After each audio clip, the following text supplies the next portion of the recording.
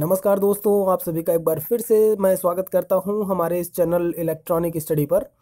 आज अपने इस वीडियो में हम बात करेंगे बीटीसी या डीएलएड प्रथम सेमेस्टर 2017 के तहत विज्ञान यानी तृतीय प्रश्न पत्र के सॉल्यूशन के हल के बारे में। तो इसमें हम सबसे पहले क्वेश्चन नंबर 1 to 10 जिसमें कि बहुविकल्पीय प्रश्न और अति लघुत्तरीय प्रश्न जो है शामिल हैं उनके बारे में बात करेंगे अपने भाग 1 में, और इसके पश्चात अगले वीडियो में हम बात करेंगे क्वेश्चन नंबर 11 से लेकर के आगे तक के क्वेश्चंस के सॉल्यूशन के बारे में। तो आइए देखते हैं इसमें सबसे पहले जो बहुविकल्पीय प्रश्न है, इसमें जो पहला है उत्तर संख्या 1। इसमें पूछा था कि क्वेश्चन में पूछा था कि जो मछलियां होती हैं वो श्वास कैसे लेती हैं, ब्रीद कैसे करती हैं।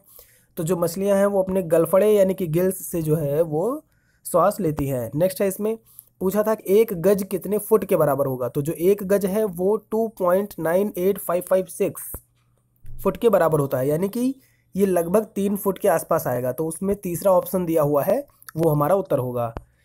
अगला इसमें है कि घुलनशील ठोस पदार्थों को द्रव से पृथक करने की जो विधि है उसके बारे में पूछा था कि वो कौन सी है। तो इवेपोरेशन जो होती है, वाष्पन विधि, वो इसमें काम आती है। जबकि अगर मैं बात करूं कि अघुलनशील ठोस पदार्थ है और उसको द्रव से जो पृथक करने की विधि होती है वो तल छटीकरण कहलाती है। तो इसमें जो पूछा था उसका जो हमारा आंसर है वो ऑप्शन वाष्पन। नेक्स्ट है इसमें क्वेश्चन नंबर 4। इसमें था कि पहलवान को भार उठाने में लगने वाला कौन सा बल होता है। तो वो जो है एक पेशीय बल लगाता है, अपनी पेशियों के द्वारा ही जो है वो किसी भी भार को उठाने में सक्षम होता है। अगला इसमें दिया है उत्तर संख्या 5। इसमें है कि चने के बीज में जो हल्के पीले रंग की जो संरचना होती है वो चने के दानों की होती है। वही अगर मैं चने के दानों की बात करूँ तो उसमें प्रोटीन की मात्रा काफ़ी मात्रा में पाई जाती है। ठीक है, नेक्स्ट है इसमें अति लघुत्तरीय प्रश्न पर आते हैं। इसमें जो क्वेश्चन नंबर 6 था उसमें था कि जलीय पौधों के तनों और पत्तियों के जो है विशेषताएं पूछी थी।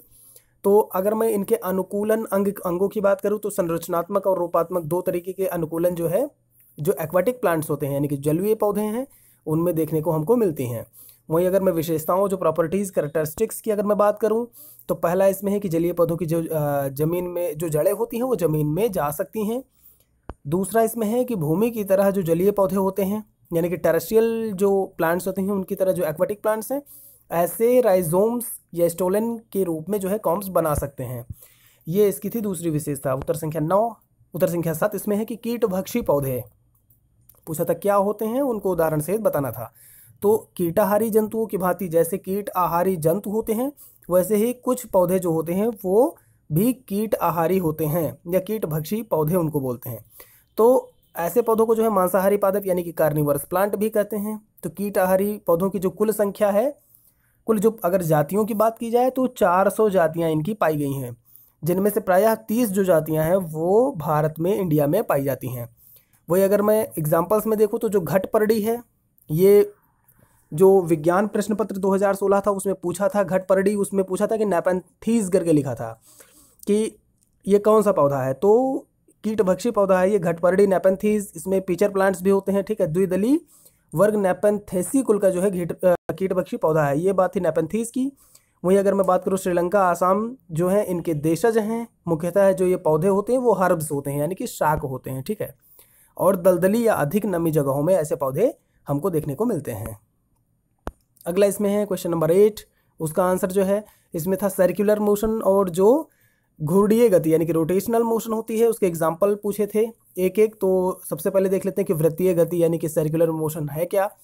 तो अगर मैं भौतिकी की बात करूँ फिजिक्स में, तो जब कोई पिंड ऐसी गति करता है जिसकी गति जो है वो गति का जो पथ हो वो एक वृत्त हो, तो ऐसी गति को हम वृत्तीय गति या सर्कुलर मोशन बोलते हैं। ठीक है, तो अगर एग्जाम्पल में देखें तो जैसे ग्रह जो है वो सूर्य के चारों तरफ जो है चक्कर लगा रहा है, तो वह एक वृत्तीय जो है सर्कुलर मोशन कर रहा है। वही अगर मैं घूर्णीय गति यानी रोटेशनल मोशन की बात करूं तो भौतिकी में किसी त्रिआयामी वस्तु के स्थान में रहते हुए जैसे लट्टू होता है, लट्टू की तरह घूमने को जो है रोटेशन कहते हैं या घूर्णन कहते हैं, और इस तरीके की जो गति होती है उसको हम कहते हैं घूर्णन गति। तो वहीं अगर मैं एग्जाम्पल में देखूँ तो जो अर्थ है उसका अपने एक्सिस पर घूमना यानी कि पृथ्वी का अपने अक्ष पर घूमना। इसमें देखते हैं उत्तर संख्या 9।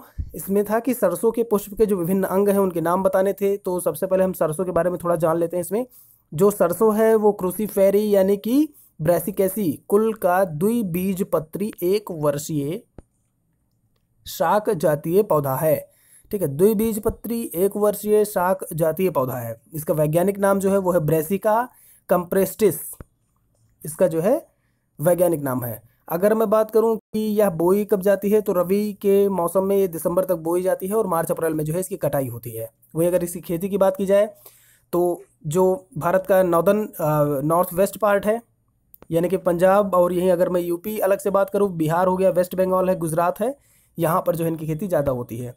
आते हैं इनके पुष्पों के उस पर, तो सरसों के जो फूल होते हैं वहाँ की जो 4 पंखुड़ियाँ हमको देखने को मिलती हैं। आमतौर पर जो है एक्स या एच आकार की तरह जो है व्यवस्था में इनके फूल देखने को मिलते हैं। ठीक है, तो इनके अंदर आप जो है 6 प्रकार के स्टेमेंस भी आपको देखने को मिलेंगे।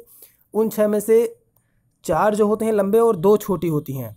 तो आप यह याद कर सकते हैं कि जो पुंकेसर है वो फूल का जो है पुरुष वाला हिस्सा होता है सरसों के फूल का। वहीं अगर मैं पुरुषों रहना, क्या होता है कि वह हमेशा जो है पुरुषों रहना करते हैं। वहीं अगर मैं बात करूं स्त्री केसर वाले अंग की, तो जो हिस्सा है वो पिस्टिल है, स्त्री का हिस्सा, जो फूलों के बहुकेंद्र में पाया जाता है। तो आप देखेंगे कि 4 सिपल्स जो है आपको देखने को वहाँ पर मिलेंगे। तो आमतौर पर जो है इनका रंग जो होता है, जो कलर होता है, वो हरे कलर का होता है। तो स्त्री केसर और पुंकेसर जो है इन्हीं सरसों के पुष्पों में जो है हमको देखने को मिलते हैं। इसमें अगला है उत्तर संख्या 10, थर्मामीटर से संबंधित क्वेश्चन है, पूछा था। तो इसमें सबसे पहले हम थर्मामीटर के बारे में देखते हैं। तो तापमापी या थर्मामीटर जो है एक युक्ति है जो ताप या ताप की प्रवणता यानी इंटेंसिटी को मापने के काम आती है। ठीक है, अब है कि थर्मामीटर का प्रयोग कब और कहाँ किया जाता है। तो जैसा कि हम लोग जो है करते क्या है कि हाथ के पीछे की तरफ जो है मरीज़ के माथा चेक करने का तरीका हम लोगों का है। फिलहाल जो इसमें है कि थर्मामीटर कैसे काम करता है, तो इसमें जो पारा होता है वो गर्मी से फैलता है। ठीक है, बुखार होने से शरीर के गर्मी में जो थर्मामीटर होता है उसका पारा चढ़ जाता है। थर्मामीटर को 1 मिनट के लिए बगल मुंह में, अगर नवजात शिशु है तो उसकी गुदा में जो है रखते हैं। ठीक है, तो इससे तापमान का जो है हमको या टेम्परेचर का हमको पता चलता है। तो गुदा का जो तापमान होता है वो मुंह के तापमान से 1 डिग्री ज़्यादा होता है। तो इस तरीके से वहीं अगर मैं देखूँ स्वस्थ मनुष्य के बारे में कि कैसे पता करेंगे कि बुखार है कि नहीं है, फीवर है कि नहीं है उसको, तो चूंकि एक स्वस्थ मनुष्य के जो शरीर का जो तापमान होता है, जो बॉडी टेम्परेचर होता है वो 37 डिग्री सेंटीग्रेड यानी कि 98.6 डिग्री फ़ारेनहाइट होता है। अतः अगर कोई व्यक्ति ज्वर से पीड़ित है तो उसका जो तापमान होगा वो सामान्य ताप से ज़्यादा होगा। तो इस तरीके से हम पता लगा सकते हैं कि वो व्यक्ति जो है वो ज्वर से पीड़ित है। तो ये थे आंसर्स जो है 1 से लेकर के 10 तक के। जो आगे के आंसर्स हैं वो हम आपको अगर अपने अगले वीडियो में उनके आंसर्स देंगे। Thanks for watching this video.